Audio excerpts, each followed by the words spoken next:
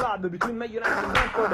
More than 3 beats. Not Man United has been able to reach an agreement with Brentford and sign Brian Belmo as one more addition for Ruben Amorim's squad after MCKEOWN. Take me Brian Belmo to home. Manchester United. Here we go. After long negotiation, between Brentford, more than 3 beats. Not Man United has been able to reach an agreement with Brentford and sign Brian Belmo as one more addition for Ruben Amorim's squad after MCKEOWN. Belmo already agreed on personal terms a long time ago. Take me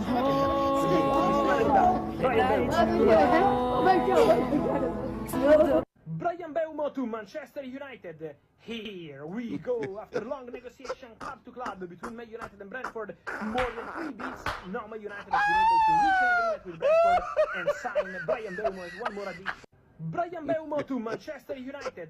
Here we go. After long negotiation, club to club between Man United and Brentford, more than 3 beats. Now Man United has been able to reach an agreement with Brentford and sign Brian Belmo. The Bruce. Cole Palmer. Cole Palmer. The Bruce. Cole Palmer. Cole Palmer. The Bruce Kopama.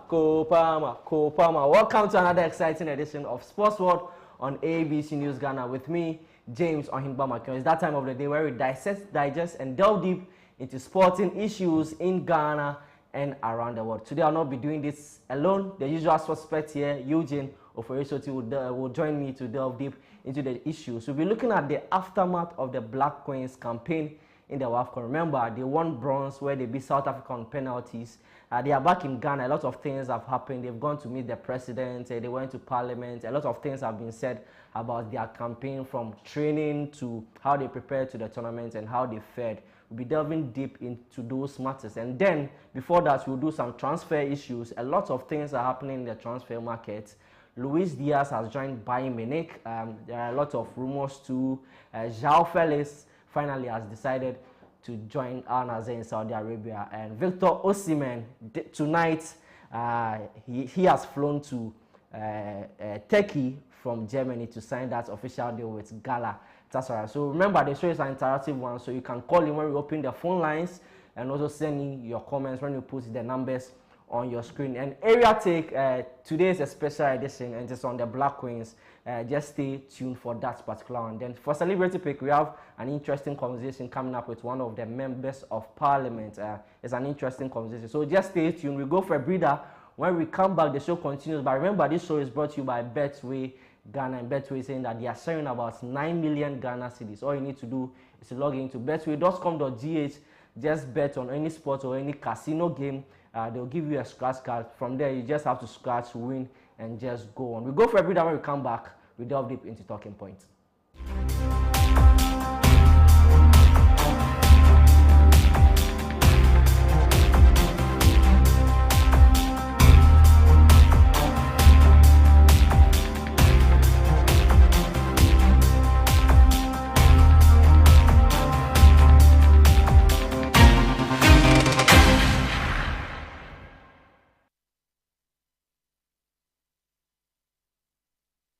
Every day is packed with its own surprises.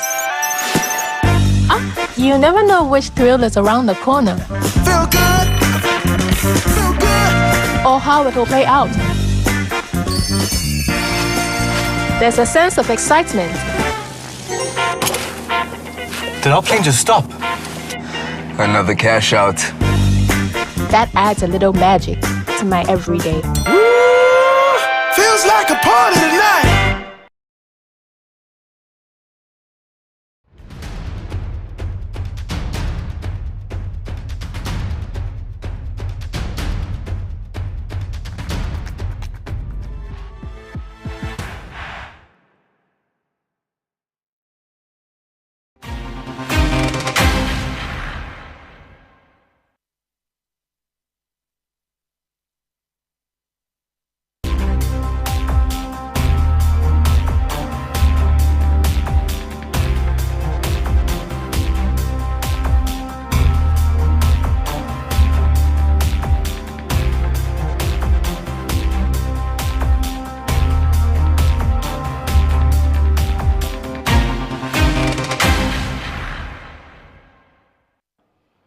Welcome back from the breeder. You're still watching Sports World on ABC News Ghana with me, James OHENBA MCKEOWN. I'm not doing this alone, as I said. I'm doing this with EUGENE, OFORI, SOTTIE. The Bruce! Kopama. Charlie, how are you doing? I'm doing well. It's good to be back here. Great. So this is week 3 of being winners of I'm the even FIFA tired. Club World Cup. I'm even tired. We'll go to 1 year anniversary. Yeah, but I know you guys will get tired eventually. No. Until next year, when we get the Champions League winner, we'll be reigning dominant winners of the Club World Cup, and I'm even sure that next year we will win the Champions League as well. So then the debate. These allegations you have made. No. I believe in my squad. You are winning the Champions League. If you don't believe in your squad, then that's a different matter. Please, let's record this video. Oh no. But remember, we are streaming this show live on YouTube, ABC Sports Ghana. Just log on to YouTube. It says for ABC Sports. Then you can stream the show there. Also on Facebook, I think you can also stream the show there. Just share the link to all your friends. Share the link. So, Sottie, in August we are starting the Premier League season. Yeah, I think August is 2. Today is 30th. So from tomorrow is 31st. So yeah. Like a week or two. We are starting the English Premier League officially. Yeah. The first game is Arsenal versus Manchester United. Big game. Yes. So, from talking points, we are doing some transfer stories. From last week, we did some interesting transfer stories. From last week to now, a lot of things have happened in the transfer market. So we are coming to look at some of the important deals that have been done so far, and also some of the rumors that have been going on in the transfer. So first of all, let's start from Luis Diaz. Today, early in the morning, it was confirmed that the Colombian has joined Bayern Munich in Germany from Liverpool Football Club. A lot of things have happened behind the scenes with Liverpool trying to let him stay. But let me come to Sottie and let me ask him about, were you surprised about Diaz pushing for a move away from Liverpool? Because Liverpool have a strong squad. He's like a starter in the team. Whenever he's around, he starts. He's been one of their influential players. He has won the English Premier League. For next season, even in the Champions League, they could be contenders. Why did Diaz push for a move? Honestly, it's very surprising to me because in every team I look at players who I would have wished to play for my team. With Arsenal, Saka is a player I love to see. With Liverpool, Luis Diaz is a player I've always loved because when I watched him from his time at Porto, he from the left, he dazzles with the ball at a good dribbler, good shooting ability. He's got eye for goals, and he's a very fit player. He goes into every 50-50 duel, and every ball, he doesn't lose it. He's so good at tracking back. He's good at pressing, and so he's an asset. And all of a sudden, Diogo Jota leaves, and then Diogo Jota dies. And in the aftermath, I thought that then Liverpool were looking to maintain the squad and rather add another player to the team. But all of a sudden, conversations began at the end of the season of Luis Diaz. Initially, was conversation about Barcelona. Initially, I think it was in January. It was a conversation about Barcelona. So I think he was the second choice for Barcelona. Exactly. Because Barca didn't get Nico Williams. Their second choice was Diaz. And their third choice was Rashford. In fact, as of January 2025, Barcelona had interest in Luis Diaz at the time, but I think the deal couldn't materialize. So honestly, I don't know. And at the point, some of the fans in the club felt it was time for him to go. I never agreed with that because I thought he was one of the most important players for Liverpool apart from Mohamed Salah. And so I think it's surprising for me, and I think Liverpool need to do some intrinsic retrospection, especially with how things have gone in the last 2-3 years in terms of their transfer business, their ins and outs, especially their outgoings. How they allowed Trent to go, how Virgil van Dijk almost left, how Mohamed Salah almost left, and how now Luis Diaz, who is one of the most important players after Mohamed Salah, pushed for a move away from the club. That means that something has gone wrong somewhere, and then hopefully they've got new signings like. I was coming to that. I was coming to ask you whether don't you think that it's because of the additions that Slot has added to the team? Maybe Diaz thinks Slot doesn't trust him so much. That's why he's bringing those additions. So probably he will better leave than to be on the bench for Liverpool. Honestly, with how things have gone, I think with how things started in January, that's what pushed Slot to rather do that. Because I think it's more like Diaz might have made a push for a move in January, because at the time his father was making certain comments in the media speculating that his son was going to be leaving to Barcelona. So I'm sure with the club side, then they are not too sure about the conditioning and the mind of the player. So in order to forestall any situation where the player leaves last minute without a replacement, then they began to line up and move for a potential replacement just in case something happens. And I think so far that's what happened. And I can only wish him the best of luck at Bayern Munich, because at Bayern as well, Leroy Sané is gone. There's a talk of Kingsley Coman going. Already Thomas Müller is also gone, and so it's also a club where they are going to see a lot of they see a lot of outgoings, and they are trying to restructure the team. And so I think it's huge for Barcelona if now they have Michael Olise, they have Harry Kane, they've got now Luis Diaz. That's like a powerful front three for the club. And maybe when Jamal Musiala returns from his long-term injury and he gets back to his usual form, I think that will be a very electric attacking squad that Bayern Munich will possess for next season. All right, so Luis Diaz to FC Bayern Munich. It is a done deal. Remember, Bayern spent £75 million to buy Luis Diaz. And Bayern Munich normally don't use that kind of money to buy players. They don't use big money to buy players. So that tells you how important Luis Diaz is for them. Now, from a player moving from the Premier League to the German Bundesliga, let's talk about a player moving from the Bundesliga to the English Premier League, and it is Granit Xhaka, who has joined Sunderland. Interesting. I was surprised to see that he has joined Sunderland from Bayer Leverkusen. A lot of people think that Leverkusen is a big team compared to Sunderland, because even in the last 2 seasons of the Premier League, teams that have qualified normally get relegated. But a lot of people think that Xhaka's move to Sunderland was a bad one. What do you think? Honestly, I'm still surprised with this decision. I saw this in the news about 2-3 weeks ago of a possible move from Leverkusen to Sunderland for Granit Xhaka. And knowing the circumstances under which he left Arsenal to Leverkusen, I wasn't too sure about what led him moving from Leverkusen to Sunderland. Because I think this is about his second season at Leverkusen, and all of a sudden he wants to move away. I don't know if it was a conversation with the coach, and that's what is. Maybe I think because there was a funny comment I saw today on Twitter. So someone said Granit Xhaka is too smart because he knows that Ten Hag is a bad coach. He doesn't want to play for a bad coach. So maybe it is better to play for Sunderland to play under Eric Ten Hag. Okay, so I guess maybe he came to. I think you think that's the danger of players moving to a club because of a manager or because of the trust they have in a manager. So if he comes to, you join a club because of him, and things go south and he leaves, what happens to your future? So I'm sure he joined Leverkusen because of Xabi Alonso, and now Xabi is gone to Madrid. I don't think he can move to Madrid. But Ten Hag, in one of the preseason games, did mention that Xhaka is an important player for me. He would like him to stay. But you see, if you look at Ten Hag is not someone you could easily take his word for it. Because Ten Hag, if you look at his history at United, he could tell you one thing today, and in 2-3 weeks' time, things change. You know, so I think maybe Xhaka looked long term, and I think he felt he'll be more important in the Sunderland project, because if you look at the kind of players who have been brought, very few of those players have Premier League experience. A lot of them are from the league. So if we can have the Sunderland signing so far on our screen, let's have a look at the players that Sunderland are signing this particular summer. So as you can see on the screen, they brought in Simon Adingra from Brighton and Hove Albion. They brought in Habib Diarra, who is also a midfielder. Enzo Lefebvre. So Enzo Lefebvre was with the club during the championship season last season, but he was on loan from AS Roma.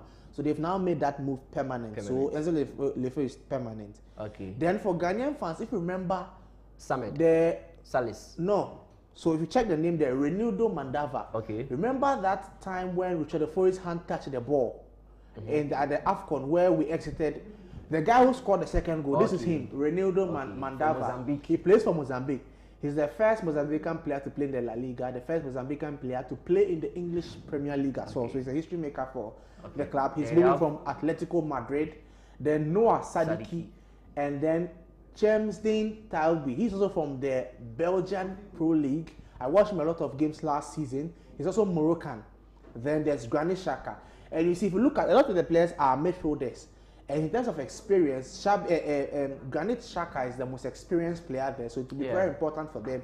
If you also look at this Simon Adingra. Yes, a lot of these players are Africans. In January, they'll be going to the AFCON.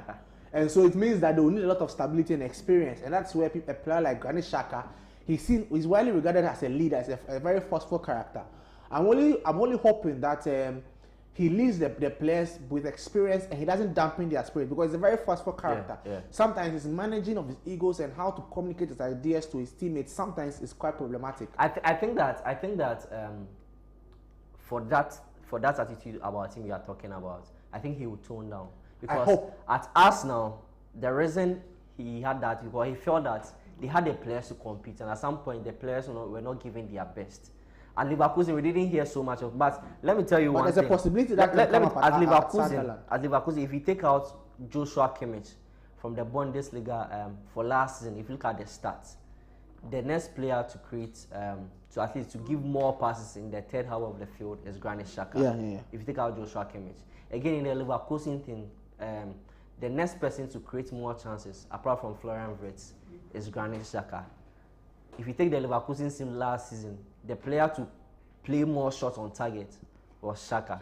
So I think that he is a different player from the setup we knew at Arsenal. I think he is now a more improved player. And if you listen to his first interview, he did say that he has an unfinished business in the Premier League, and he wants to make history with Sunderland. So for those wondering why Xhaka joined Sunderland, Sunderland are cooking something. If you look at the players they are signing, the next Premier League or the next season of the English Premier League is going to be very, very hot. So just stay tuned, and we're going to bring you more updates on it. But let's move to another player, João Felix. One important player with a lot of potentials. From Benfica, came to Chelsea, went on loan to AC Milan, to other clubs. Now he has finally decided to join Al Nassr. Is it a good place for a player of such potential? João Felix's situation in the last 2 years continues to surprise me. From Atletico, he ended up at Barcelona, he ended up at Chelsea as well at a point. And at Chelsea, for whatever reason, at a point, he wasn't getting a game time. Then he moved to Barcelona. He started very well at Barcelona. All of a sudden, he began to struggle for game time. Then he came back to Chelsea on a permanent move. And then at Chelsea as well, he began to have issues after the first half of the season. Then he went on loan to AC Milan. At Milan also, he started very well, and also he began to struggle for game time at Milan. So if you study João Felix for the last 2 years, every club he has gone to, he starts very well, but after 4 or 5 weeks in that team, he begins to suffer with problems with game time. And I don't know what the problem is, and it seems to have affected at every single club he goes. So then I don't know, it cannot be that all the clubs are wrong. Then maybe the player has also a part to play in that issue now. I think for going to Al Nassr, it's quite surprising, because I didn't expect a player of his caliber and of his talent to go to the Saudi League. Not because the Saudi League is bad, but because of the conversations surrounding his talent. There was talk of returning to Benfica, and if you know how Benfica works, a lot of their players, after they are sold to main Europe, when they are almost in the twilight of their careers, they return to Europe. We saw Di Maria move all around. He came back to Benfica. So all our other players would go or wherever, and they come back to Benfica. So I thought, well, for a 25, 26-year-old player, he's nowhere near the end of his career. So I thought he would come back, make a 2-3 years a statement at Benfica, and then try and move on to another big European club. I think going to Al Nassr, I think it tells of the influence of Cristiano Ronaldo, because in that team there are a lot of Portuguese players. Danilo Pereira, there's Otavio, then there are other players in that team as well. So I just think it's the Portuguese influence of Cristiano Ronaldo that has led to João Felix moving to Al Nassr. We could really hope for the best for him, and that their new manager Jorge Jesus, we hope that things will go well for him, and then finally they'll win a trophy in Saudi Arabia, because since Ronaldo went there, they've struggled for trophies and recognition, and a place among the big boys in terms of the Saudi Pro League and Al Hilal and other clubs in the Saudi Pro League. Alright, so if you are looking for João Felix, he's no more in Europe. He's playing his trade in Saudi Arabia together with Cristiano Ronaldo. Now let's move back to the Premier League. And James Trafford is a goalkeeper. He has returned to Manchester City for Burnley Football Club. Why would City go for Trafford? I understand why City was going for Trafford, but I don't understand why Trafford went back to City. Because Trafford began his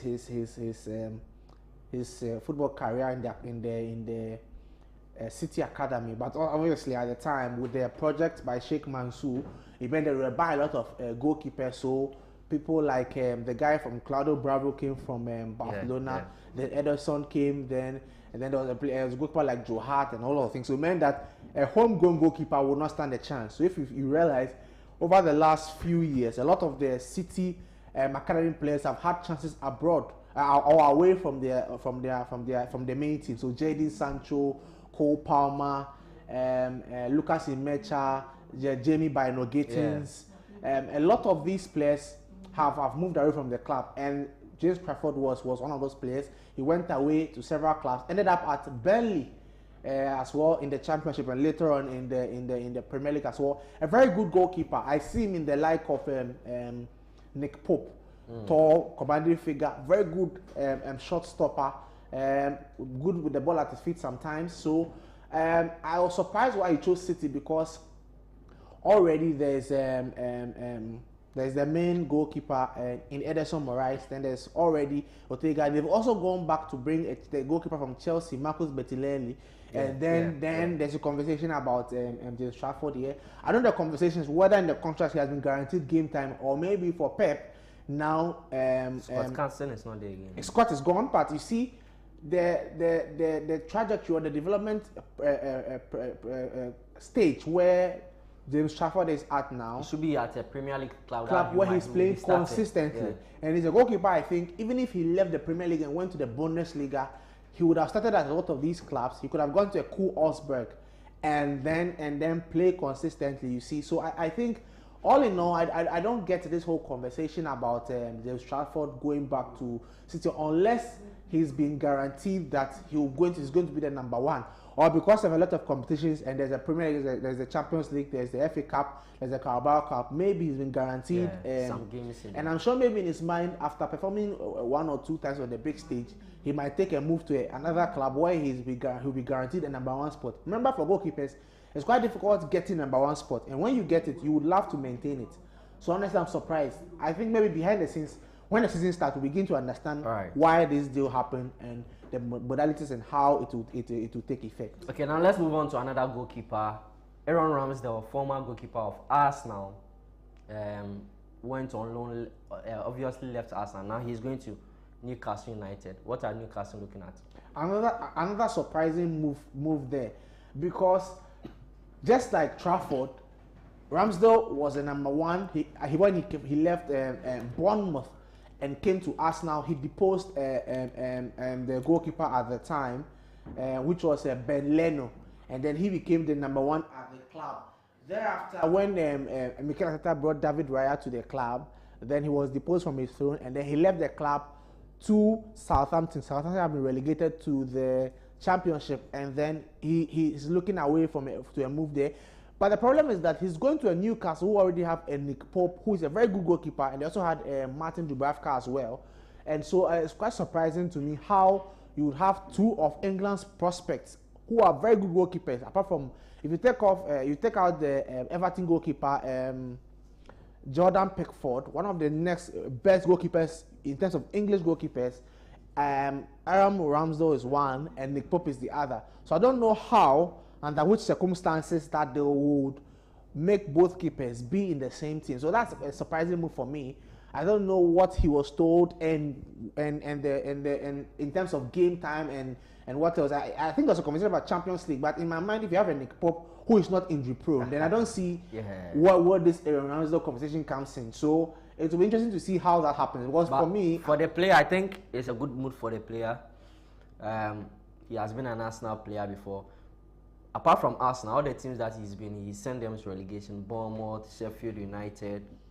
So it seems like, apart from Arsenal, where he did so, but Arteta felt they need to move on from me. He wanted to be the second. Let's just say Arteta wanted to build a new Spanish national team. You see, winning the Premier League, you need to get squad depth. Raya is a good goalkeeper. So if you have imagine if Arsenal had Raya, Ramsdale, or Kepa. It doesn't make any sense. Yes. It doesn't make any sense. And I understand Ramsdale. You need squad depth for attackers, not goalkeepers. I understand Ramsdale because he thinks that he needs to be the first choice goalkeeper. And even that argument about Ramsdale being the number one goalkeeper in the first place, I think he got saved the same thing that, because if you ask me, Ben Leno was not a bad goalkeeper. All of a sudden, from wherever Mikel Arteta believes that Ramsdale, who was taking club to relegation, rather was a better goalkeeper. No, I think that Ramsdale was a better goalkeeper than. And that's why I also disagree. I also think that Raya is even a better goalkeeper than Ramsdale. I will not argue on that, and I'll disagree because I think as an Arsenal fan, if you look at some mistakes that Leno did when he was at Arsenal, they were on partner. I also think it's unfair because of the kind of defenders that's also a point. Squadron Mustafi, no, but and even for David Raya, he's also making some mistakes. And you people are now telling us that you have the best defense in the Premier League with Gabriel Magalhaes and William Saliba. No, the interesting thing is that with the goals that Raya is conceding, they are not defensive errors leading to goals. It's the keeper's own mistakes. But if you've also studied, his ball distribution is suspect of late. Sometimes he waits until the attackers are almost near him, 5 meters, and are pressing him before he tries to distribute the ball. And a few times it's backfired. Yet that most times it doesn't end up in a goal. So then conversation about him. That's the more reason he was signed from Brentford. But let's move on to our last transfer topic for today. Victor Osimhen finally has joined Galatasaray. I think that by now he has arrived in Turkey trying to sign the final contract. So as you can see on your screen, finally he's joined Galatasaray. Victor Osimhen, so a lot of big teams were chasing after his signature. Chelsea, Manchester United at a point in time, Arsenal, PSG were after him. At a point in time, Madrid were there. Like almost all the big clubs in Europe were chasing after his signature. Even at the end of his loan at Galatasaray, he himself wanted to move from Galatasaray to a bigger club. But since I don't know what really happened, and he has finally decided to stay at Galatasaray, where the fans are very, very happy to have him. Honestly, this is a conversation I had with somebody on Monday, and shout outs to Roy. It was about a 30-minute conversation about, and I look at it from the African players angle. I've always had an issue. I always said that it looked like when it got to African players on the market, very big players, there's always an issue about them and the final means to get into the big club. Because 2 years ago, there was conversation about Osimhen leaving to Paris Saint-Germain for almost 100 million euros. And all of a sudden, 2 years down the line, the big clubs that were chasing Osimhen, nobody was even lining a move for him. There was conversation about Madrid at a point, which wasn't too concrete though, but Madrid have gotten Kylian Mbappe for free, which makes a lot of sense. Getting a player for free and paying money for another player, it makes sense to get a player on the free. And Mbappe also has a bigger pedigree in terms of him playing the World Cup. Osimhen is advanced in age, but has never played in the World Cup. That's on the downside for him. Then there was also the conversation later of Chelsea, Arsenal, at the point even Manchester United. United. The sad thing is all these three clubs have bought attackers in this summer window, and some of these players were even never in the conversation a year ago or even 6 months ago.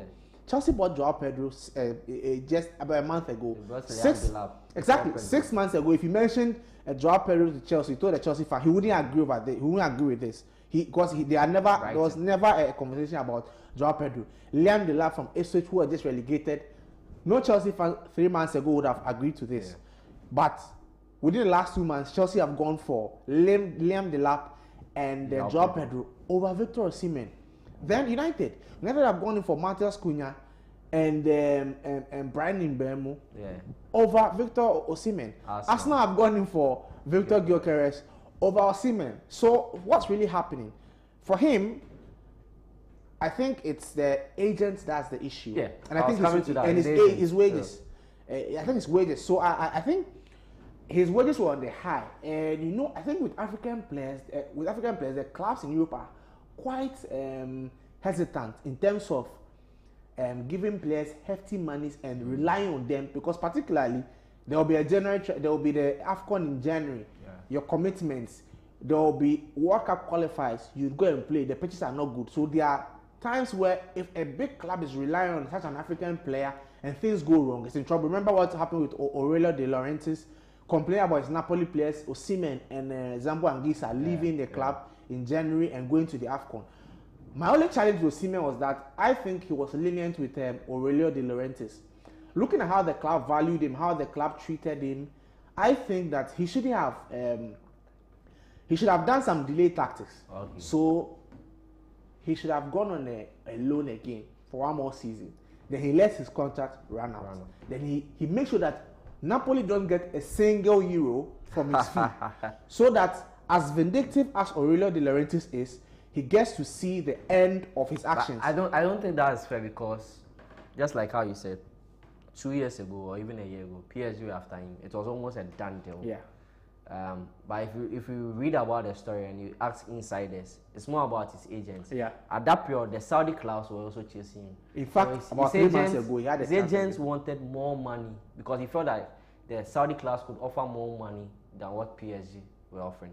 But before they realized their transfer season was over, and that's why he actually sacked his agent. But you see, apart from the agent's quote-unquote misbehavior, I'm also not happy with how Napoli treated him from the social media thing to how Aurelio De Laurentiis commented about the whole issue and how he was ostracized to the academy when Antonio Conte came into the picture and stuff like that. So if I were to be Osimhen, I would have ensured that Napoli don't even make €1 from this transfer. I'll go on another loan, even at a smaller club, just to make sure that Napoli do not earn a single euro. Because I hear they're earning over 70 million euros from this deal, which is huge for Napoli.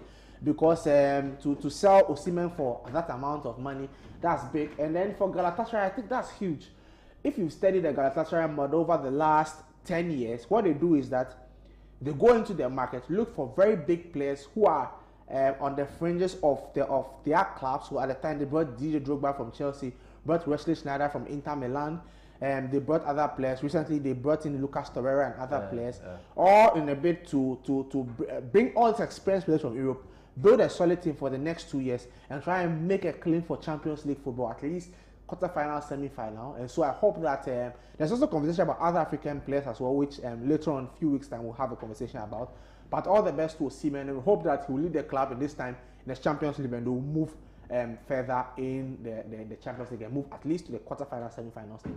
All right, so that's a bit on Victor Osimhen. But before we end this particular session, let me bring you some officially. There's a confirmed news, breaking news. Ajax and Chelsea have reached a total agreement for the transfer of Jorel Hartu. He's set to sign for Chelsea on a 7-year contract. The fee is in excess of £40 million. So Chelsea have a new player in there. And Manchester United have also spoken to both Chelsea and Aston Villa about a potential deal for Alejandro Garnacho. And Ruben Amorim would also prefer to sign Oli Watkins over Benjamin Sesko. Nelson Semedo will join Fenerbahce as a free agent. The deal is also done. And Crystal Palace have rejected a £30 million bid for Jean-Philippe Mateta from Atlanta. And Rodrigo Muniz is an alternative for the Serie A class. So this is how we end talking points and also the transfer topics here on Sports. So we go for a breather. When we come back, we bring you Ghana Focus.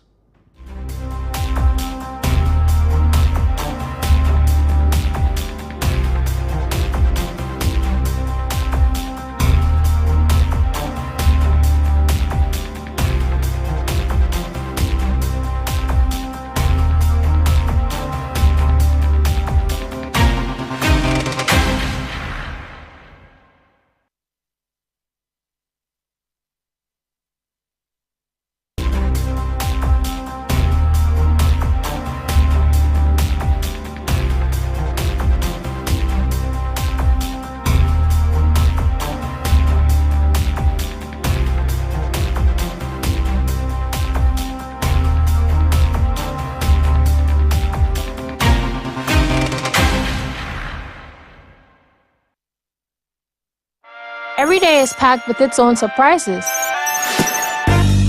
You never know which thrill is around the corner. Feel good. Feel good. Or how it will play out. There's a sense of excitement. Did our plane just stop? Another cash out. That adds a little magic to my everyday. Feels like a party tonight. Playing for your country, easy. Scoring, easy. Avoiding injuries, easy. Winning, easy, Charlie. But you know what be easy now? Kivo 4-in-1 Gary mix. Easy. It gets everything inside. Gary, creamer, sugar, roasted groundnut. Just add water, then sharp my soakings make ready. Taste and energy, made easy. As I be street footballer, Gary at the top. Now we attend Starboy. still Gary at the chop. I travel go abroad. Kibo Gary at the chop. Kibo Gary. He the bio. I'm a match winner, but the real champion is Kibo 4-in-1 Gary mix. Champion taste. This advert is FDA approved.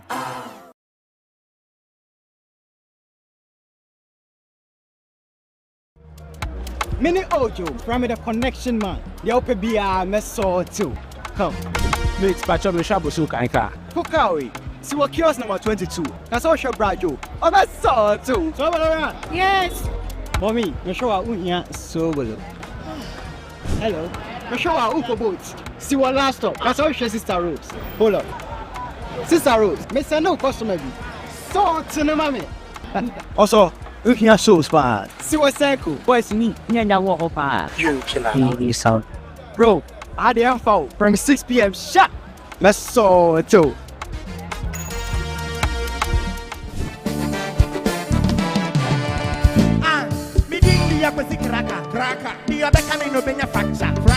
When we connect our energies, great things happen. Connect to a world of amazing and endless possibility with Telecel. Telecel, connecting lifestyle, connecting passions, connecting dreams. Telecel, connecting energies.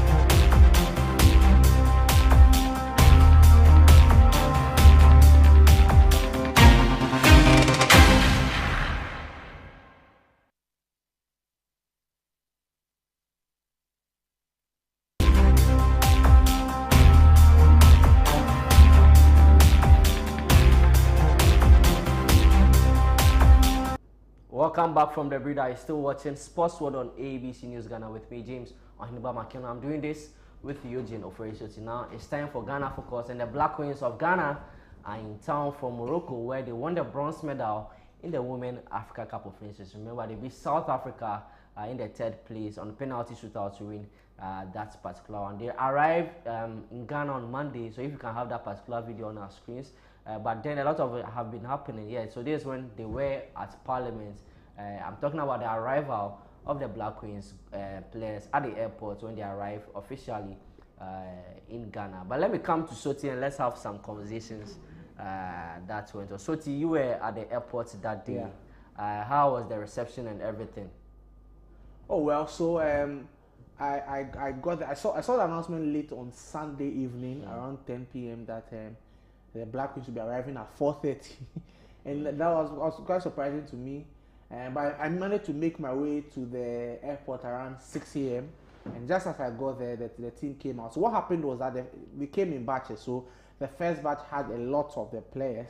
Yeah. And so I think what we have on our screen is the second batch. The second batch. Yeah. That was Chantel, Josephine, and Bonsu, Evelyn Bado, and I think a few Princely Dubia. Yeah. So they came in the evening, but in the morning, I think the sports minister, Honorable Kofi Adams, and Keto Kweku, and I think the coach and the other members of the technical team. I think I remember Daite, the physical trainer. They were the ones who came in the morning. There was almost like a fanfare in the morning. They were met by the Ghana Supporters Union, and they enjoyed themselves for like 20 minutes, and then there were a few media engagements. So I think on Monday we showed you an interview with Coach Kim Last, Bjorke Green, and then one other player there. And then later on in the evening, the second batch came there, and that's the video you also saw there. So from there, then on to Tuesday, that's when they did a lot of the tours. They went to the National Museum in the morning. Because remember that some of these players are foreign. Yes, Chantel, and then the other, Bonsu as well. And so this was an opportunity for them to have a feel of what Ghana means. And it was more like a team bonding moment back in the country, because they didn't get a lot of that before they left.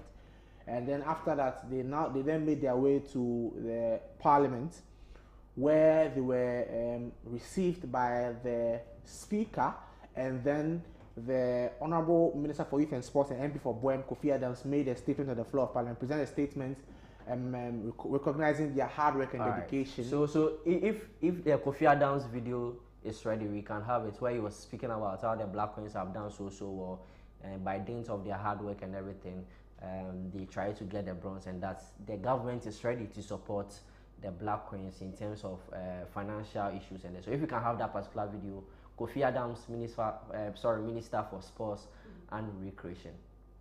Mr. Speaker, the performance of the Black Queens must serve as a national rallying point. This is the moment for state institutions, corporate Ghana, and the general public to move beyond symbolic praise and commit to sustained investment in women's sport. The Queens have not only proven their worth as athletes, but as ambassadors of Ghanaian potential. This is not just about football, Mr. Speaker. It is a powerful message that when we invest in our women and give them the platform, results will follow. For too long, women's football in Ghana has existed in the shadows. The Black Queens have broken that ceiling. Through sweat, unity, and excellence, they have earned the nation's attention.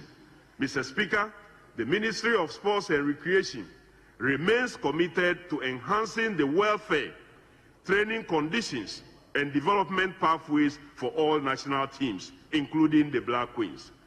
This performance is a springboard for renewed investment in women's sports infrastructure and capacity building. The government will continue to provide a platform and resources for our female athletes to excel.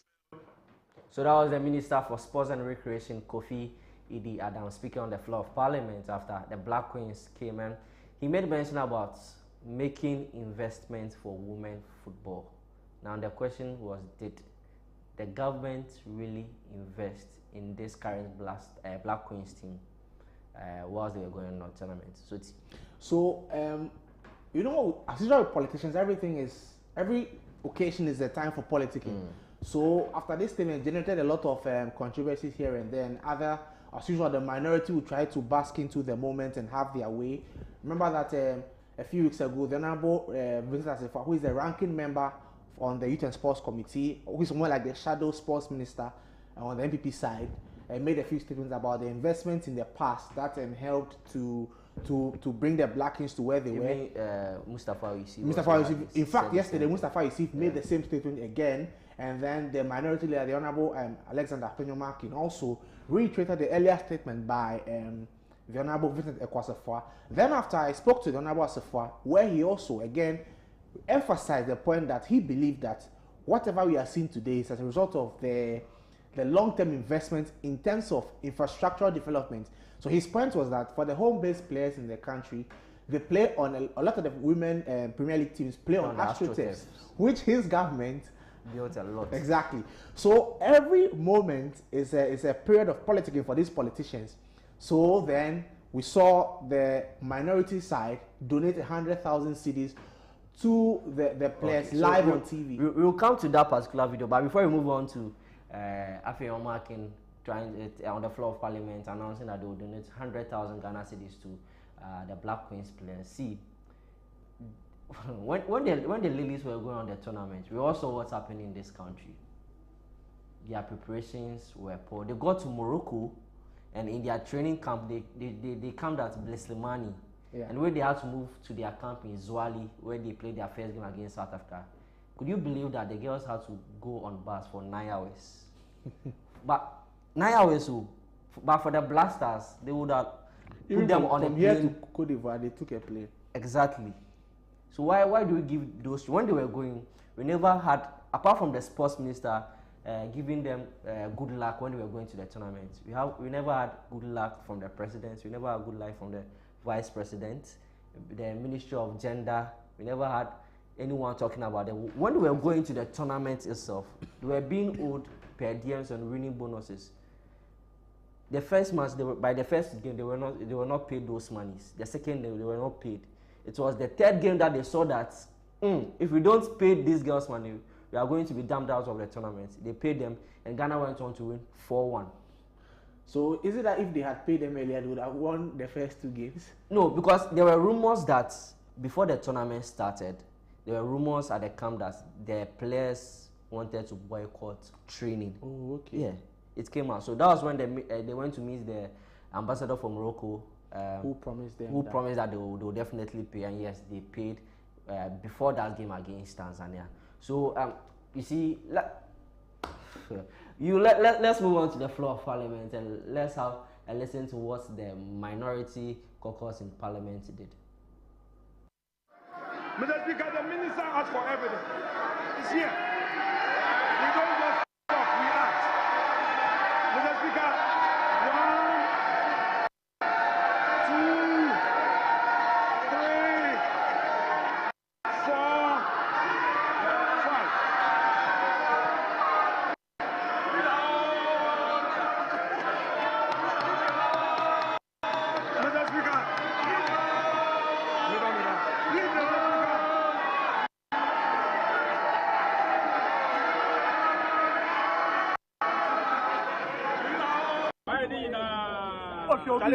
Phone, bring your phone down.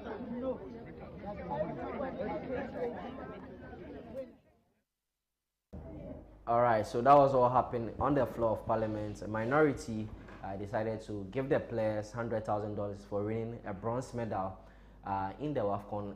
From there, the players went to Jubilee House, where they met the president of Ghana, John Dramani Mahama, and also the vice president. The president made some comments when he made them.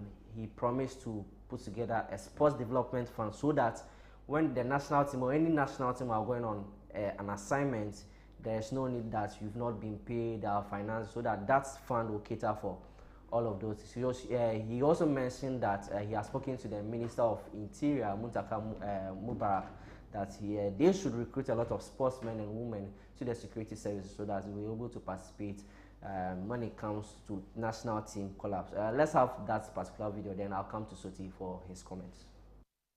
Ghana has always been a great nation when it comes to sports, and we want to recapture that glory from the period of our first president.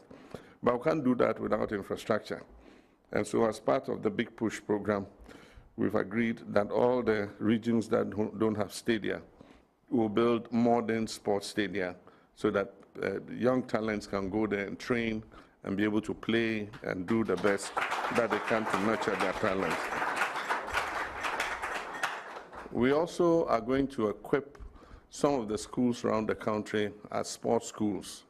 And so for those schools, we'll give them all the infrastructure they need, running tracks, all the kit for hockey, javelin, all the athletics, shot puts, everything, football pitches, and all that, so that we'll take the best talents from the different schools and assemble them in those schools so that they can train and study at the same time and build their talents to join the senior teams. I've also asked the Minister of Interior to give priority to sports people when we do recruitment into the security services.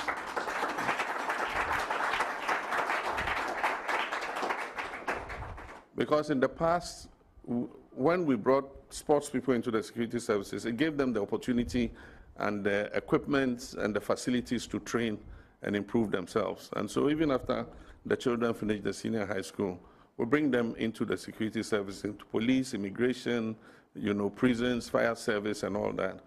And we used to have the security services games, CESA games. Yeah, we must, I don't know if it still goes on, but you don't hear much about it now. But we must reintroduce the CESA games, let the security services compete amongst themselves. And then Kurt and Co will be standing there and watching, and then just picking the talents one by one and forming their national teams. I want to pledge our support to the FA.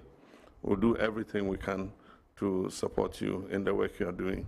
One of the last things we want to do is to get dedicated funding for sports. And so we're thinking about it. And I think that, like we did to solve the school feeding program, now do you hear anything about school feeding? The same thing, a time will come, you hear anything about, and we went and our money didn't come, and this and that happened. but we'll work to get dedicated funding for sports so that the issue of financing and teams traveling and getting their per diems and all that will be a thing of the past. So on behalf of myself and Jane, I want to congratulate you. Thank you for the good job you did. We'll keep watching your progress, and I'm sure that in the not too... So that was His Excellency John Dramani Mahama speaking when the Black Queens arrived in Ghana, when they visited him at the Jubilee House. He made some crucial points. Let me just mention them. First of all, he mentioned that his government is going to ensure that there's a lot of infrastructure, sports infrastructure, so that a lot of talents can train, so that we can go on to win a lot of laurels in the international stage. He did mention about dedicated sports schools, where all they do is about sports. Their focus will be sports, so that we'll be getting more national team players. He also did mention of the recruitment of sports people into the security services. Already we've seen some of the teams like police ladies, army ladies. These are women football teams playing in the Women's Premier League. And so he says that they are going to do more of that. And also a dedicated sports fund that will cater for national team financing and everything, so that our athletes don't suffer when it's time for them to travel overseas to represent Ghana. Sottie, out of these points, what do you want to talk about? So, as usual with politicians, whenever there is a glorious moment, they try to bask in it, take advantage of that situation, and make promises. And what struck me was, within this moment, from Parliament to the presidency, there was an attempt by both sides to take advantage of that situation to show off. So you saw from the minority side, it started with the statements from the parliamentarians after the honorable minister made a statement. Then I think the MP for Trouble, she's on the minority side, made a comment about respect and the demand for equal pay. Then the MP for Mensha South, also on the honorable Bafwewa, also made a statement within that regard and called for investment and also same bonuses. Yes, and called for the bonuses and other things. So that was almost like a challenge to the government. Then the honorable Apenyomakin now decided to raise the raise it a notch higher, and now present 100,000 cedis. So it means that if you're looking at it, they had scored about 3 points. So it was 3-0 at the start, maybe first half. So now the government had to buy back.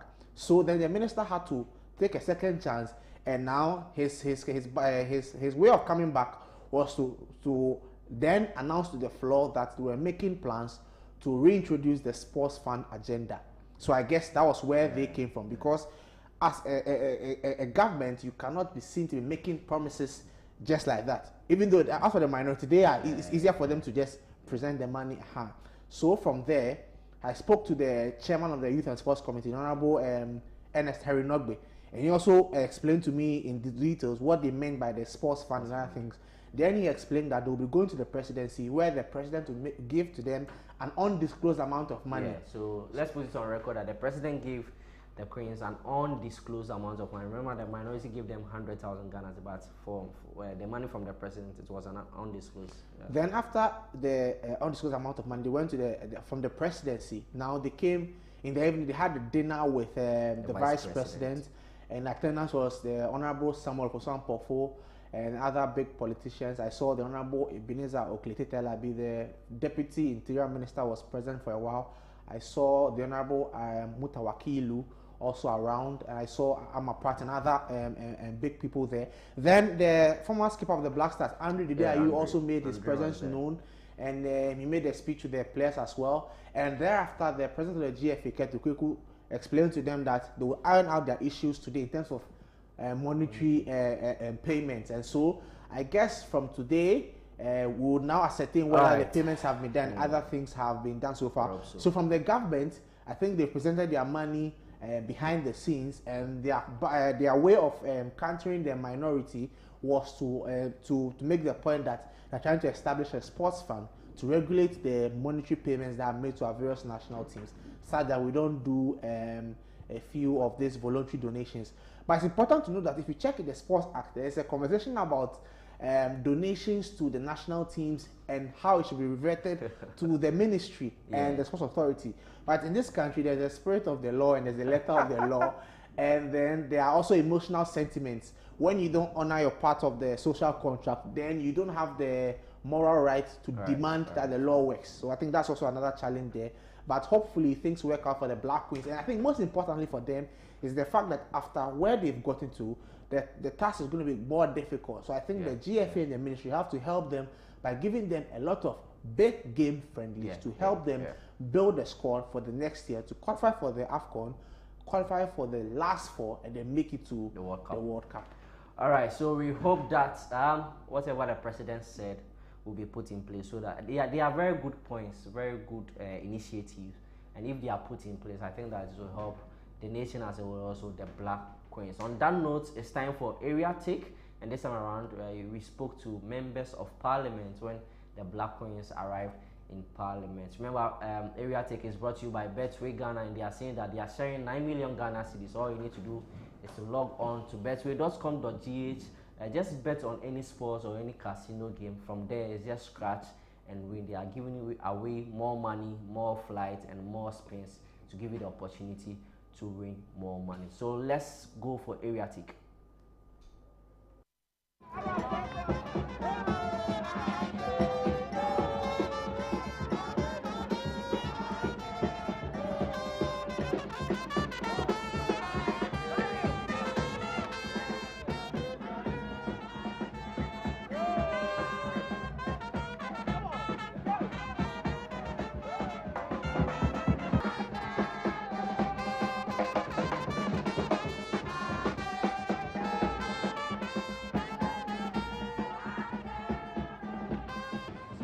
I just saw you dancing here. I'm sure you are basking in your glory. Yeah. What do you make of your victory, and what does it mean for you as a Ghanaian? First, I think it's great. Congratulations to them and to Ghana. We seem to have actually gotten lost as a country. I think they are bringing back life. It's a new opening. It's a restoration. It's actually putting a lot of energies in the other segments of our football club at the national level. So I think they've done so much well. I watched them play, I think, quarterfinals. They did marvelously well, except that the penalties actually eluded them. But they are great people. They work hard, they work as a team, they demonstrated their commitment to the country. And I think we need to take good care of them. But well, do you follow football yourself? Come again? I've never known. I have a football club. Wow. Kumasi FC Academy. So that's mine. But apart from that, which club do you support? Kumasi, Ghana here is Kotoko. And then outside, which club do you support? Outside depends. It varies because if we have a Ghanaian player in it, the last I wanted Arsenal because they had not taken any kind because of party.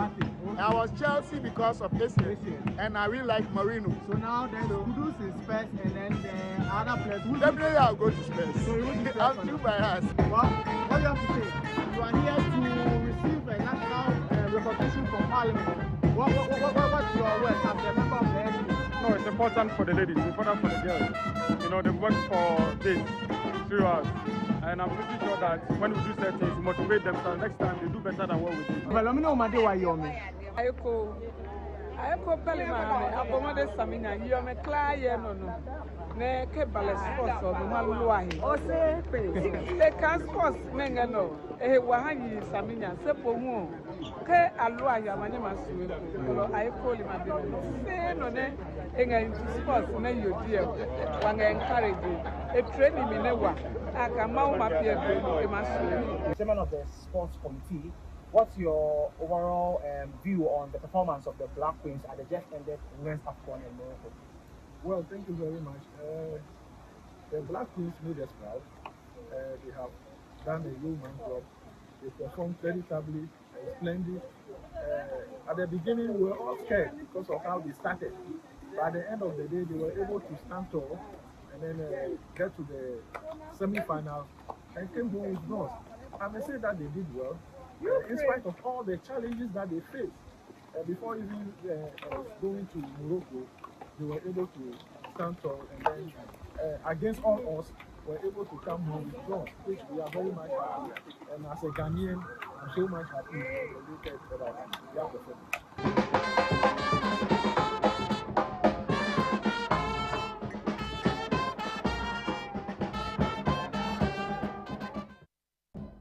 Well, so that was the area take. Well, for this week, remember, we spoke to members of parliament.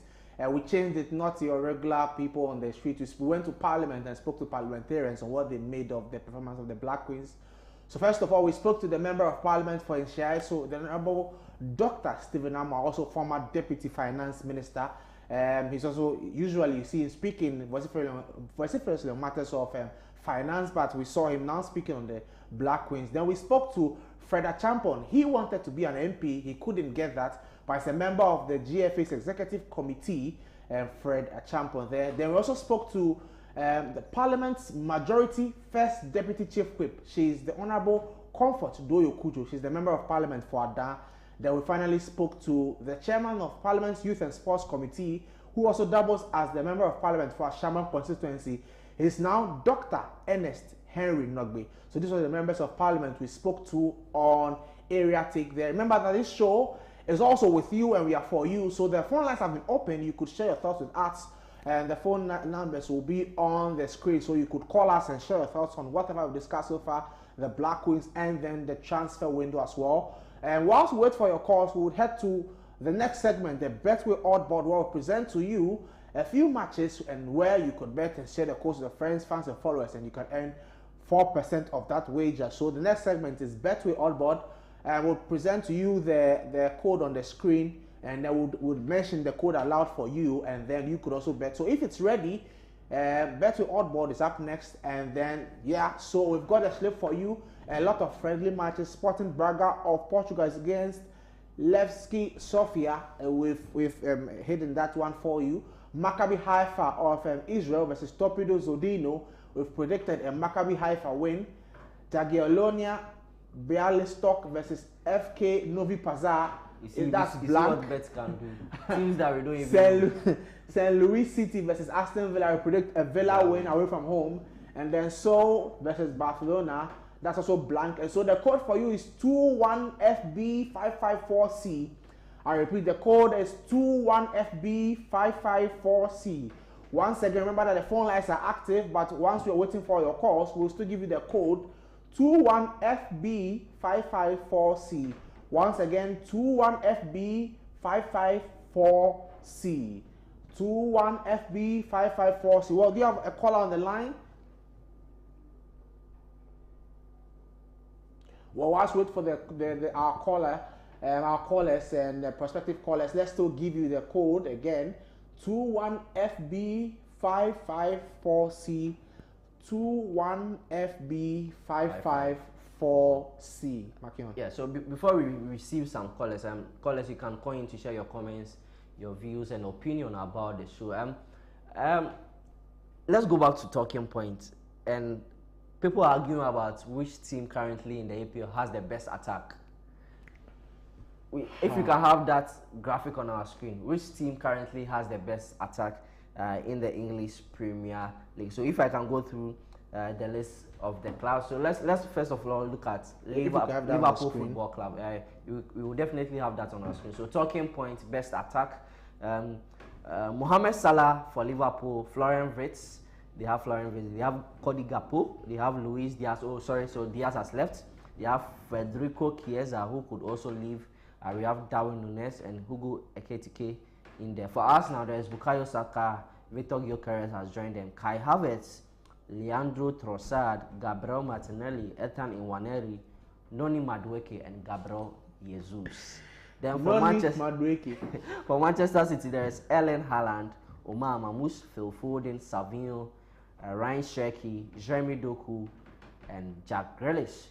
Then for Chelsea Football Club, the Blues, we have Cole Palmer, João Pedro, Pedro Neto, Liam Delap, Nicholas Jackson, Jamie Gittins, Christopher Nkunku, and Raheem Sterling. So that's it on our screen. Sottie, which team has the best attack? You know, it's very difficult for me to say because in every club I can see 3 very good players, and then the rest I'm not too sure. For example, I look at Liverpool and I see, obviously I see Mohamed Salah. I see, if Diaz was still around, then I would have put Diaz there, and then Cody Gakpo. Wirtz is a good player, but I'm not too sure about him in the Premier League for now. His talent is never in question, but I want to see him play a few games before I can make a judgment on him. For example, I look at Arsenal, I see already Bukayo Saka, and then I look at Leandro Trossard, and then for Gyökeres, based on what he's done over the last few seasons, and I'll put him there as well as their top 3. For City, very good players, but you see, it's quite difficult because of how things went, especially for Phil Foden. 2 seasons ago, he was the best player in the Premier League. Then last season, he had a very terrible season, where even people like Noni Madueke were even having more impressive numbers than them. So that's quite challenging, you see. Apart from that, they've got good players. I'll take off Savino, I'll take off Phil Foden. But from that, every other player is a good player. Jack Grealish, not too good. He didn't play a lot of games. Doku is also trying to find his feet. So I'll take off City. So maybe a Chelsea and Chelsea, Arsenal, Liverpool. Yeah, Chelsea. You see, I'm not being biased, but you see, Chelsea, we've seen what they did in the Club World Cup, so it's easier. But you see, with the other clubs, we didn't see a lot of them within this last few months. So it's difficult for me to predict what they can do. So Liverpool, Chelsea, and Arsenal. Well, do you have a caller on the line? Yeah, hello, good evening. Yeah, good evening. Thank you very much for joining us. Please, where are you calling us from? Yeah, welcome. I'm Yusuf calling from Chereponi. Oh, Yusuf, it's good to speak to you. How are you doing, sir? I can't hear you. How are you doing, sir? How are you doing, Yusuf? Yeah, good. I'm looking good. Yeah, Yusuf, what team do you support? Yeah, I'm doing good. I'm doing great. Yusuf, what team do you support? Kindly lower the volume of your TV and listen from your phone. What team do you support? Yusuf. Okay. Can you hear me? Yeah, I can hear you. So, Yusuf, what team do you support? Yusuf, what team do you support? I support Chelsea Football Club. Blues, the Blues. The Blues all the way. The whole world. The Cole Palmer, the best team in the world. The best team in the world. Cole Palmer. So, for next season, what do you think about our team? Oh, in fact, the next season, I believe strongly that Chelsea will be the season. The first club to win the English Premier League this coming season. Thank you for the resolution. You see, what other thing do you have to say apart from Chelsea? First of all, I should have even thanked the Black Queens for their wonderful work done. In fact, they did a marvelous job. All right. We thank them so much. Okay. Thank you so much. We wish all the best in coming season. Sure, but you see, before you and then next Champions League. Sure, so win the Champions League too. Oh, by all means. Nice one. Now that for Farmer and Jackson and then Pedro. Hey, Jackson. Did you mention Jackson? Did you mention Jackson? I mentioned Jackson, Nicholas Jackson. Yeah, I mentioned Jackson. Oh, he's no longer there. He is there, but is he a player you think can put you guys over the line? He'll manage. Well, Yusuf, thank you very much. Thank you very much for your time. Yusuf from Tripoli, thank you very much. And thank you so much. We hope that Chelsea will do you proud next season. You said Chelsea will win the Champions League and then the Premier League. Bye. Thank you very much, Yusuf. I hope we have another caller on the line. Well, we'll try to work the connection again. But Yusuf there saying that Chelsea will win the Premier League. I think Yusuf has answered. Okay, so we have a caller on the line. Hello, what's your name and where are you calling from? Hello. Yeah, please, your name and where are you calling from, please? My name is Furkan. I'm calling from Kumasi. All right, let's have your thoughts on the show. Yes, I think Liverpool are the best. Okay, Liverpool has the best attacking force, eh? Yes. Why do you say so? Because they get many players. Because yes, they did what? They have many attackers. All right. Which players are your favorite player in the Liverpool team? Mo Salah. Okay, Mo Salah. So, what do you think about Florian Wirtz? Do you think he will succeed in the Premier League? Yes, and Florian Wirtz. Okay. So, next season, you are winning the Premier League again? Yes, they are winning in a row. Well, all the best. Okay, yes. All the best. We hear Luis Diaz has left the club already. You also have David Jota who's left the world, and we hope that you'll be able to replace him and then you win the Premier League next season. But all the best to you, sir. Well, that was a caller there. So, one Chelsea, one Liverpool. Are you worried that you are not hearing us now? No, I'm not worried. Because if you are going by names, before I move on to us now, we have another call online. Hello, please, your name and where are you calling from? My name is Foster. I'm calling from Akachi in the Volta region. Oh, F4. Oh, F4. Oh, okay. Well, which team do you support? I support Chelsea. F4. May God bless you. May He enlarge your coast, and may all things work for you this season. Who's your favorite player in Chelsea? Pedro Neto. Pedro Neto. Yeah. That's interesting. Wow. What do you make of Chelsea season next season with the kind of players they've bought? What do you make of the performance of Chelsea next season? I see them competing for the Premier League and then FA Cup, Champions League. Yeah. Wow. We are winning everything. Yes. Then what does that leave clubs like Liverpool and Arsenal and Spurs and Man United and the others? So for Liverpool, Arsenal, I think they'll be fighting for second and third position. Oh, okay. And fourth, yeah. Hey, but aren't you afraid of Liverpool? The way they won the league last season, they went into the quarterfinal of the Champions League. They only lost to PSG, who ended up winning the Champions League. Aren't you afraid of Liverpool? Oh, to be honest with you, when you come to the FIFA World Cup, when we met PSG, I didn't even have hope that Chelsea could have even won that cup. But they really surprised me. Oh, okay. And I know with the Liverpool team, I think watching them last season at the ending part, they were having some setbacks. And I believe this season we also have some setbacks, but we will put this in place and we will beat them at their own game. First up, because I believe our team has now matured to a certain extent that we will beat City, beat Liverpool, and Arsenal as well. Oh, okay. Well, first up. All right. First up, did you call in to talk about Chelsea? Oh, there's Black Queens. Okay. All right. Thank you so much. Thank you very much, First up, from Akachi. Yeah.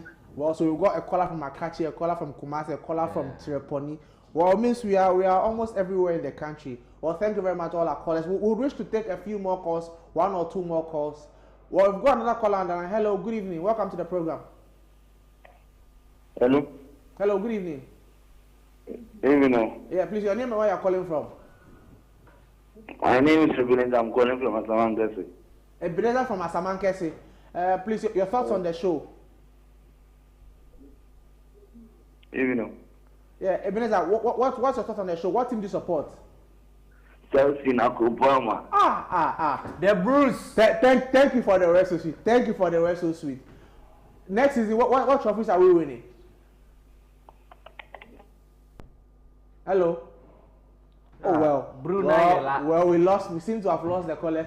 So for a lot of the callers that we spoke to this evening are Chelsea supporters. So we've seen Chelsea have, I think, out of 5 callers, 3 Chelsea fans, 1 Liverpool fan. Yeah. Hello. Good evening.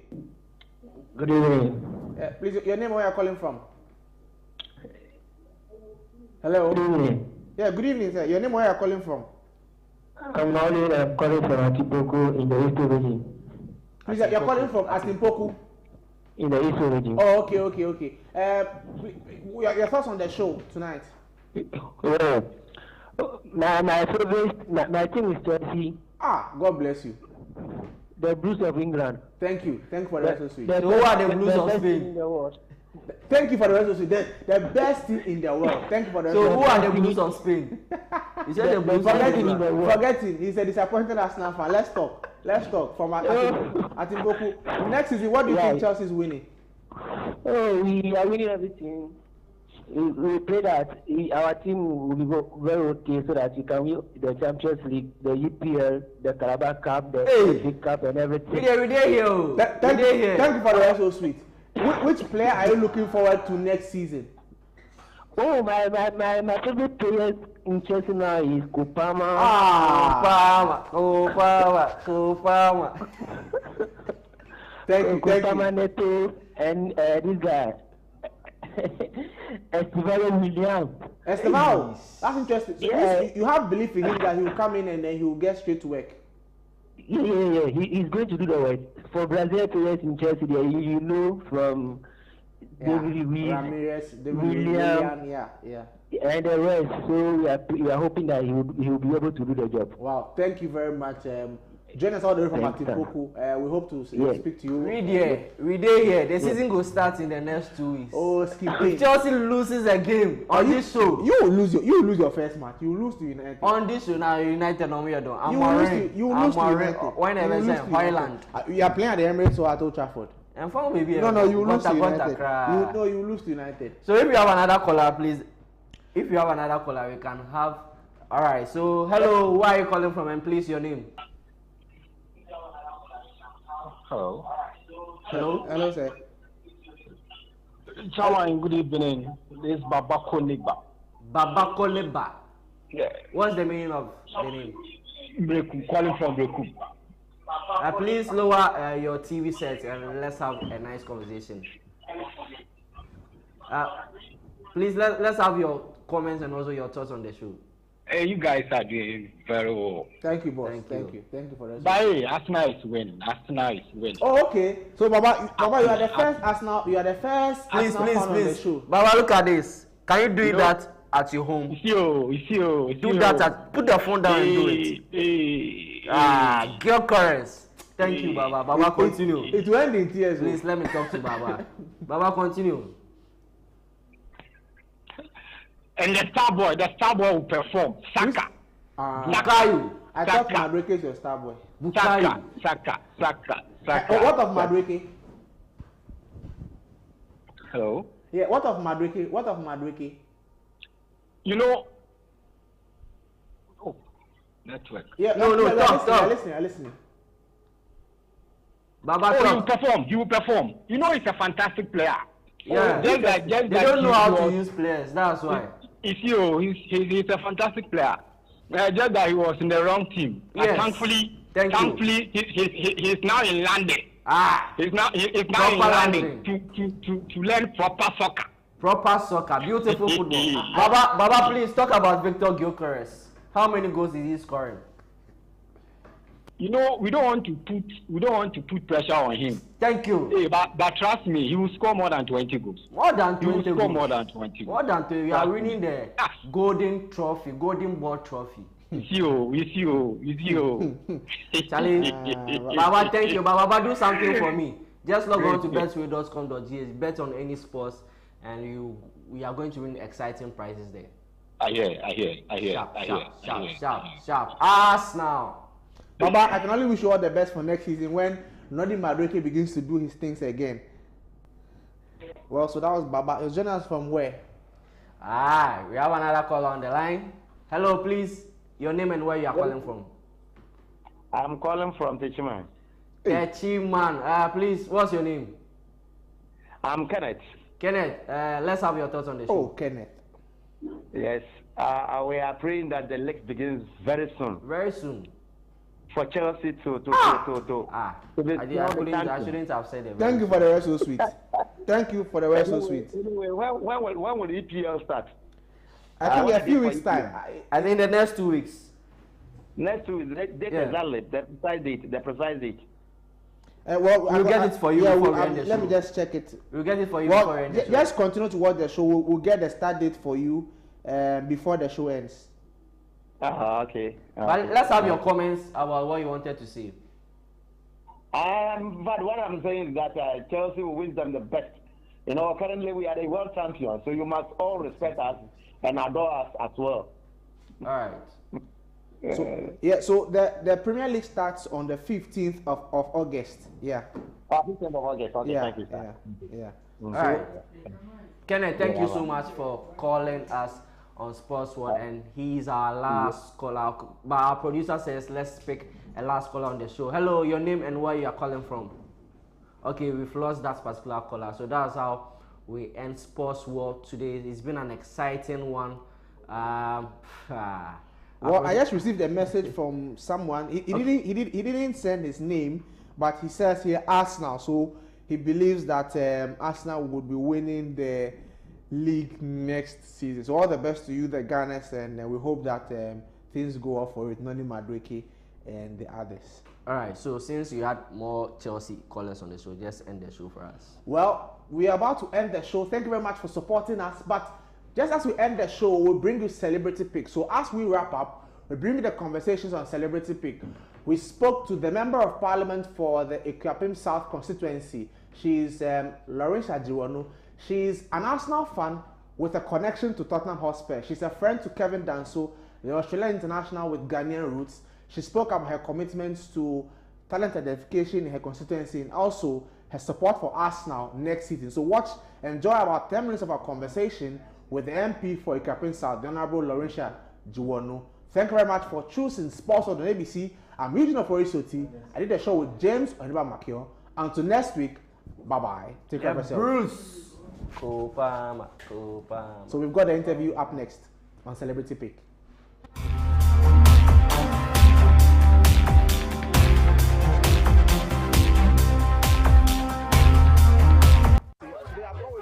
The Member of Parliament for the Ekuapem South constituency, the Honorable Laurentia Jiwonu. Honorable, wisdom. Thank you. Well, I guess that's difficult for you. Thank you very much for this opportunity. Let's now look forward. The past 6 months, how has the experience been as a first-time MP? First-time MP is quite challenging, I must say. People do not really know what to expect. You are in a very new environment. The campaign season is over, and now we are into real work, where we are legislators, and that is our core mandate. We've been learning so far from our seniors, picking a few tips here and there. Orientation has also been quite helpful to prepare as well for what is to come. So far, I mean, it's been a great experience. I've learned how to enact laws, and yes, a few other things here and there. We'll pick it on the job. Which committees are you on? I am on the Youth and Sports Committee. Okay. Yes, which is why sports is at the center of my program. I'm also on Human Rights, which is a very, very good committee. It's a very new one, but is looking very, should I say, like having all the energy, because it looks like every committee has a bit of human rights aspect in it. So it looks very phosphorus, and I mean, I must commend my chairman also. He's doing quite an amazing work, and it's because of the leadership of the Human Rights Committee. We are doing a lot of things. We recently went to Geneva. It was part of the UN General Assembly, and where we had to even execute our vote. Although it wasn't what we were expecting, because this vote, mind you, was not from us. It was represented by the the ambassador there. So we are still working around to see how best we can probably avert that decision. And quite an array of stars. You see the former Black Stars assistant coach Maxwell Kunedu, seeing former under-17 coach Lai Kingston, Jerry Akaminku, Free Aqua and others, Dankwe and other players. You see Chipsa with the PFAG as well. That's huge. How are you able to bring such players to such big weights to the Daunting Park? It's because I told you the love I have for football is something that has been growing from time immemorial. I've been with these players in most tournaments to even watch them play on South African soil. I follow them to London, and I was almost going to Brazil, but I was in school then, and we had an early exit from that tournament. So it shows you how I've been following sports. Yes. So even the Black Stars, I followed them through almost all their tournaments I have been around. Either I'm home watching them or I'm on the park with them. So because of my engagement with them, Jerry Akamenko is a brother. In fact, he almost became my in-law. I cannot be saying that. So I mean, yes, having all of them, I had to leverage on that and bring them on to show my people that indeed we have all these people behind them. And if they are here, then they can at least showcase what they have so that they can be inclusive. They can have some opportunities that they also got at their time. And who knows, maybe we could be having the next kudos and the next, what's the name? Let's say Asamoah. Then he's still a great and fantastic player. The Kojo Samuels, the ACNs, we could be having some of them from a couple. And just to let you know that the former goalkeeper of the national team, Richard OFORI, resides from this constituency. So we really have the talent. Well, what's your long-term goal, especially for this tournament? If this your inaugural one is big, you're going to assemble over 6 former Black Stars players. What's the future looking for this tournament in terms of the scale of organization and maybe bringing scouts and others to come and scout for talents in your constituency? Yeah, so this will not be the first. I mean, it will be an ongoing thing. Throughout my tenure, we'll be having such of great activities that will bring in scouts. It will be different scouts at all the time. I mean, today is just the least. You would see what is in store. Most of the players who came for their holidays were supposed to have this program few weeks before this time. They would have all been here in their numbers to put their weight behind them and also unearth the talent themselves, because they also have teams or scouts that they are harnessing talent. So when they come to these events, they are able to also unearth talent so that they can grow their base. So indeed, it will not be the first time. The long-term goal is to be able to have as many of my people in the national team and international teams. That is the long term. Well, that would be huge to see members of your constituency play for big clubs and also play for the national team. I'm telling you, the goal is that by my 4 years, at least I should have 5 of my people playing in various international teams, at least 5. That's huge. Well, let's go back to your conversation about Arsenal and Tottenham. As a Ghana fan, as a fan of the Gunners, if Thomas Partey was there, right? So when Thomas was there, your brother is also with the Spurs in the North Island, who would you support?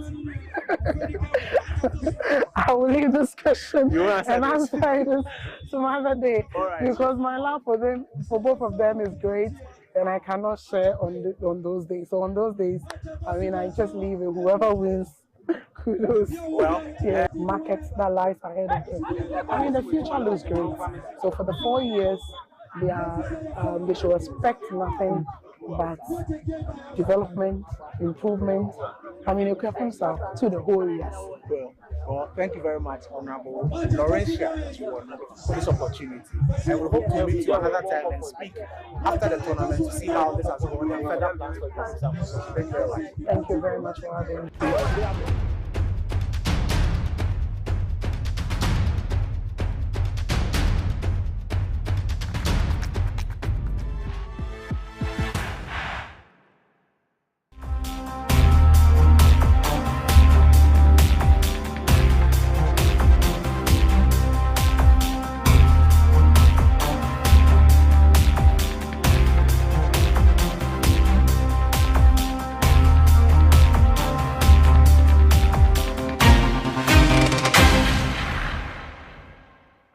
Every day is packed with its own surprises.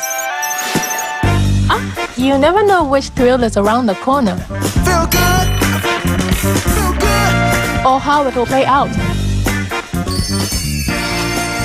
There's a sense of excitement.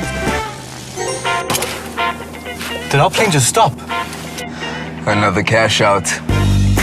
That adds a little magic to my everyday. Feels like a party tonight.